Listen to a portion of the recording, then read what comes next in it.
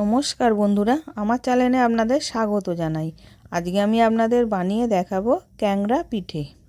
প্রথমে আমি একটা গ্যাসের মধ্যে কড়া বসিয়েছিলাম।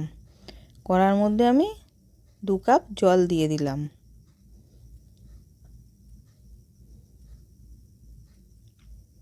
স্বাদ মতো নুন দিয়ে দিলাম। 1 চামচ ঘি দিলাম।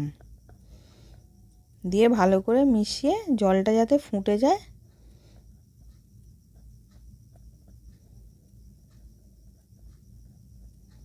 এবার জলটা ফুটে গেছে, 1 কাপ সুজি দিয়ে দিলাম। দিয়ে ওটাকে ভালো করে মিশিয়ে একটা ডো বানিয়ে নেব।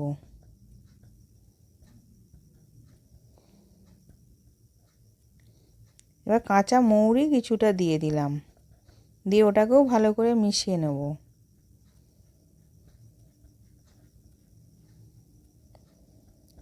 এবার ডোটা বানানো হয়ে গেছে, আমি নামিয়ে রেখে দেব এটা চাপা দিয়ে।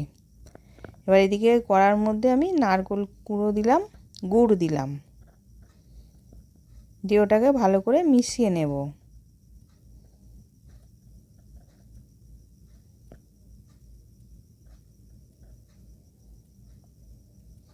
এবার ছোটো এলাচ গুঁড়ো দিলাম, গোলমরিচ গুঁড়ো দিলাম, কাজু বাদাম দিলাম, আমন্ড দিলাম, কিশমিশ দিলাম। সব পিস পিস করে কেটে রেখেছিলাম দিয়ে দিলাম। দিয়ে নারকেলের ছাইটার মধ্যে ভালো করে মিশিয়ে নেব।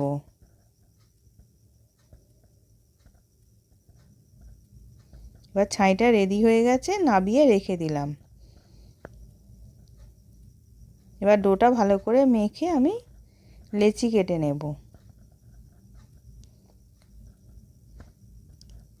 এবার খুব ছোটও করব না, খুব বড়ও করব না। এবার লেচি কেটে নিয়েছি, নিয়ে গোল গোল করে করে এবার বাটি আকারে তৈরি করে নিচ্ছি। নিয়ে ওর মধ্যে নারকেলের ছাইয়ে পুরটাকে ভরে দেব। এবার ভরে মুখটাকে ভালো করে মুড়ে দিলাম। দিয়ে গোল গোল করে করে নেব।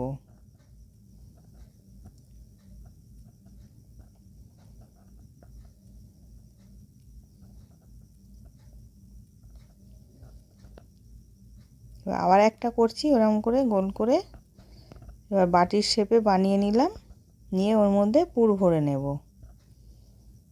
নিয়ে মুখটাকে মুড়ে দিলাম। দিয়ে আবার গোল গোল করে করে নেব।